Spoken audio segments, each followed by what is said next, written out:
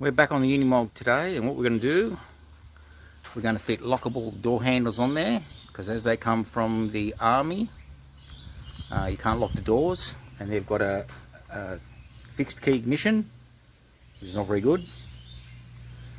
I've already replaced the ignition lock. I didn't video that, but it was pretty easy if you get one and you have to change it. Now, these are the handles that are going in. They're the same, but they've got a key in there, and it looks like it's only held in by a screw there and a screw there, and then the lock mechanism attaches to there. Now what we're going to have to do first is take off the old handle, and if you have a look there, there's the inner screw, and to get to the outer one we have to take off the window winder, which is a Phillips head screw, and this trim here, which is held on by these. And what I use is these trim pliers. Let's see if we can do this. Just put them under there like that, and then when you put the handles together, it pops out like that. Now let's go and have a look in here and see where that is. Whenever I'm dealing with things like this and screws, I always use one of these old food containers, plastic food containers. I just throw everything in there so it doesn't get lost. Now, I'll take all that off and we'll have a look inside. Okay, the plastic door trim's off, and we only had one casualty of a little clip that broke. Now we're going to take off the outside screw there and the inside one in there, and we'll take the handle off. But we've got to be quick, because if you look up there, it looks like it's going to rain any second. So let's see how far we go. The handle's off. Now if you have a look, you've got one screw here that goes this way, and the other screw that holds it that way.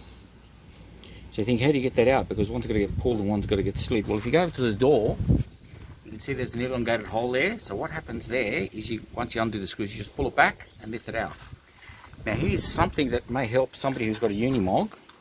This is the original door handle. Now how it works, when you press the button, that just pushes that,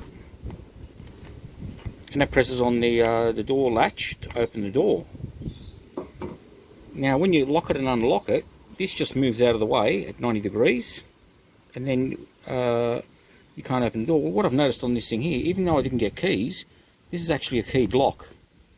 So if you wanted to save some money, take the handle, which is very easy to take off, take it to a locksmith and get him to cut you a key for a few dollars, and it saves you buying a whole new handle, which is what I did, because I wasn't aware of that. So there's a little tip for you. So I'm going to keep these. I'm not going to throw these away, because if anything happens to those other handles, I don't know if they're Mercedes or they're just some Chinese copies or whatever. Actually, you know what I might do? I might swap the lock out of it. Yeah, that's what I might do.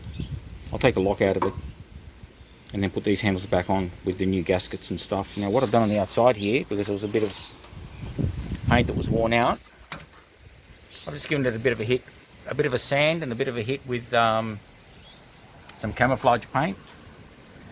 You don't have to be real, it's a good thing about the Unimog, you don't have to be real neat. You don't have to be careful with dribbles or anything. There's no shining, there's no sanding. It's a beautiful paint. Yeah, there was just a bit of bare metal showing there and a little bit of rust, surface rust starting to come through, so I cleaned that up and just painted those. Now I'm going to give that about half an hour or so, and then I'm going to put the door handle on, and then we'll do the other side as well. Okay, I'll show you the passenger side door. You take the handle off, you just grab it, and you push it back like that, and then the handle just comes straight out like that. Now you can see there's a little bit of surface rust on there that was on the driver's side as well, so I'm going to give that a bit of a clean up, and I'll show you how I clean it up, and I'll give it just a quick coat of paint. I'm just going to use this red Scotch Brite, clean up around there like that.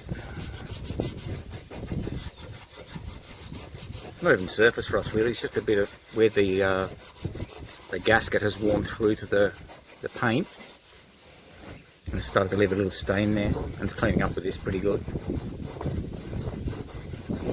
This truck has got so many layers of paint. It's amazing. Got a little bit of a clean up there. I think originally the whole truck used to be this greeny colour, and then the army just painted all their little fancy camouflage patterns on.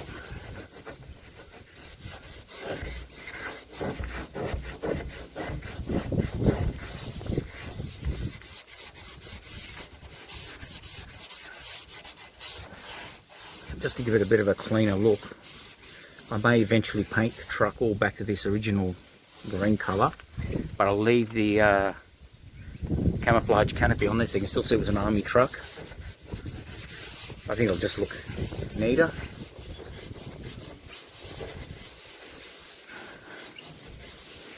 I'm just going to give that a wipe with a bit of wax and grease remover, and I'll just give it a little light coat of paint. Okay, here's the paint that I'm using. It's Rust-Oleum camouflage paint. And the colour of this one is deep forest green, so I'll just give that a bit of a shake. And a couple of little sprays on there.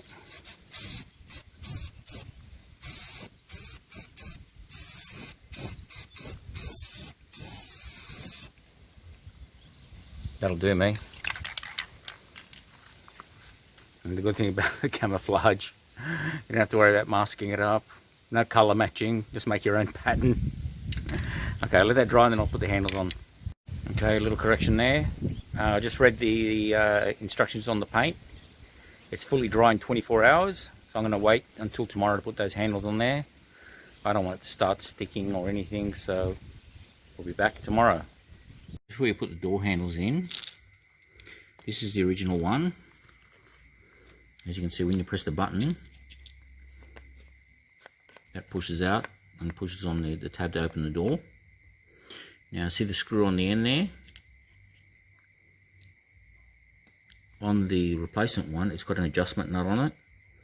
Now when you do that, adjust it so that there's a little bit of free play on there before it hits the door latch. And I'll show you how that looks like before we run out of light. It's starting to get a bit dark now. Yeah, make sure the gaskets are in place there. And hear that little bit of free play. I don't know if you can see it. Let's focus that. We're running out of light here. Just before it hits the button. Otherwise, if it's too tight, it'll just bind up. And that's what it looks like finished. Thanks for watching.